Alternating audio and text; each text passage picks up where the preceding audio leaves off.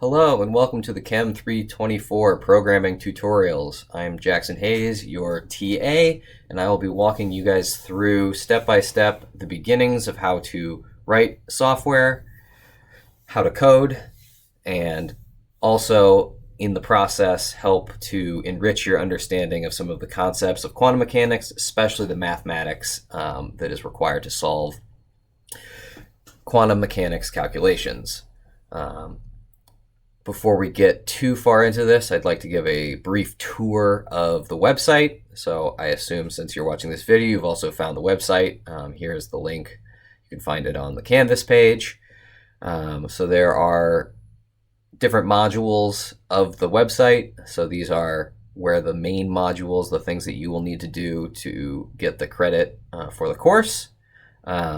There are also what are called advanced topics that will be linked to and referenced throughout the course that are for your edification if you feel like diving deeper, but they are out here in a different section because we don't have a lot of time in this course to go through these things, but I wanted to give them to you just in case you were actually interested in them.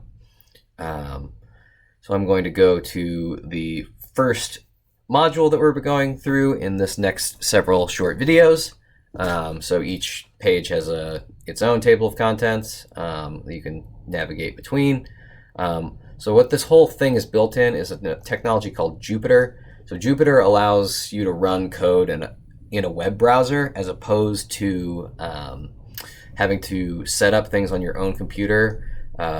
One of the first barriers to entry to learning program is all the setup that you have to do to get code running on your own computer. We will remove that and you won't have to do any of that beforehand.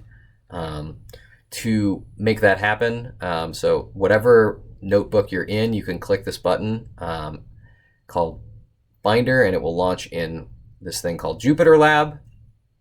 And it will open up the page in such a way that you can run the code. This website takes a couple minutes to load, so it's a good thing to get it running before you actually start and want to get into it. So I'm going to reopen that now so it's ready to go when I get to it. So here are a few things that we are and are not going to do in these sets of tutorials. So we will learn how to think about think about problems like a programmer. We're going to learn how to learn like a programmer. So these are in ways slightly different than how you might approach problems in other areas of science. We're going to learn how to write programs. So we're going to learn how to write some code, the real main reason we're here.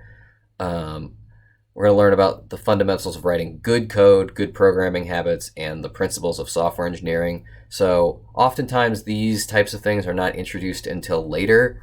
I really think the earlier you hear about this stuff, the better, even if it isn't explicitly relevant to the code that you're writing right away.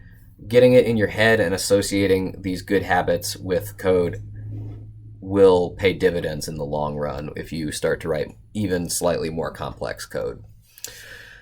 We're going to learn how to do basic troubleshooting and debugging. So inherent in any endeavor writing code, you are going to run into problems. Things aren't going to work the way you think they were supposed to, especially when you're first learning. There are some pretty simple and easy tricks to find the answers that you want online and how to think through what could be going wrong.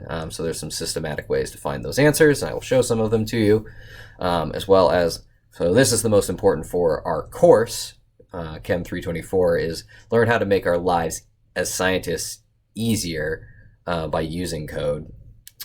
So we're going to do math and process data. So both of these skills are very powerful tools for doing science, and this processing data is really any profession you go into, you're gonna, if you're in anything near science or technology, there will be data to be processed. So learning to write some code can really unlock doors that wouldn't be available to you if you didn't have a little bit of knowledge in coding. What we won't be doing is talking about how computers work unless absolutely necessary, and we will keep it very brief and light if necessary.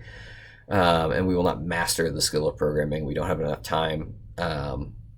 Obviously, it's a sub module of one course. This is a skill that takes a lifetime to master, if such a thing can be even said about the skill, because it's a constantly evolving world. So it's one of the things to learn about programming right away is that it's a continuous learning type of skill. The technology gets better and moves forward all the time, so the core fundamental skills always apply, but the new latest and greatest technologies are always changing, so you have to keep up with that if you want to stay relevant in the programming world. So one of the first big ways to think about programming or writing a piece of code is to use what's called computational thinking. And I can let you guys read through this and pause the video, and I will just highlight the major aspects. So I'll stop here. Okay, so I assume you have read through this. So there's kind of four main areas of computational thinking: decomposition, pattern recognition, abstraction, and algorithms. Decomposition, don't solve the whole problem at once. Break it down into smaller pieces. This is super important, especially in good programming software practices like I was talking about. As opposed to having one function or one module or whatever that does all of it, break it into smaller pieces, solve those small pieces, and then bring them together to get your full solution. A lot of the time, somebody has already solved one piece of the problem, so you can use somebody else's code to just get the answer to that sub-problem, and you don't have to write any code for it. So that's the value in decomposing the problem. Pattern recognition, similar kind of thing. If I've seen this before, maybe I can use the exact same solution that I used before with a little tweak, or the same thing and use what I wrote before and solve the same problem.